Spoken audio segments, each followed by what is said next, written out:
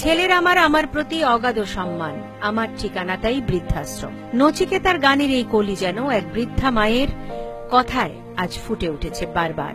10 মাস 10 দিন গর্ভে রেখে যে মা পুত্র সন্তানকে পৃথিবীর আলো দেখিয়েছে, নিজে অভুক্ত থেকে আদরের সন্তানের মুখে ক্ষুধার অন্ন জুটিয়েছে, সেই ছেলেই যখন বইয়ের সাথে কুপরামর্শ করে জন্মদাত্রী মাকে অত্যাচার করে, বাড়ি থেকে বের করে যেতে বাধ্য করে, তখন তার মতো দুঃখের আর কিছুই হতে পারে না। এরকমই এক জঘন্য ঘটনা শনিবার সংঘটিত হয়েছে অসম ত্রিপুরার সীমান্তে তথা করিমগঞ্জ জেলার কাঁঠালতলী গ্রামে।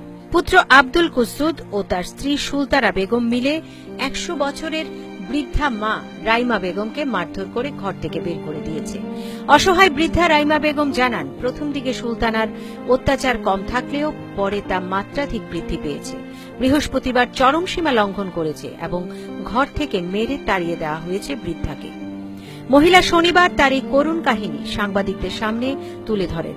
তিনি বাড়ি গেলে বউ তাকে প্রাণে মেরে ফেলবে জানান। কতদিন থেকে মারে আপনারে? মারে বহুত দিন ধরিয়া, তো কম কম মারে, যেমন সপ্তাহে 10 দিনে বা মাসে 20 দিনে, এবার রোজ মারে। বাড়ি যেতাম না। বাড়ি যেতা না?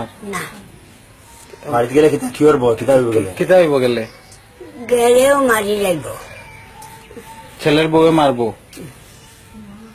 বউয়ে মারব। ওটা মারিস না, মারিস না দেখো, আমি দুঃখ পাইয়া দেখো, সফা বাগানছন ধরে আমারে মারিস না, ও হালির উড়ে আমারে বাইয়া। সমাজে জন্মদাত্রী মাকে যদি তার কুলাঙ্গার পুত্র পুত্রবধূরা বোঝা ভেবে ঘর থেকে বের করে দেয়, তবে বর্তমানে মানব সভ্যতা টিকে থাকবে তো? এটাই এখন সকলের কাছে লাখ টাকার প্রশ্ন হয়ে দাঁড়িয়েছে। Bureau report, news vanguard.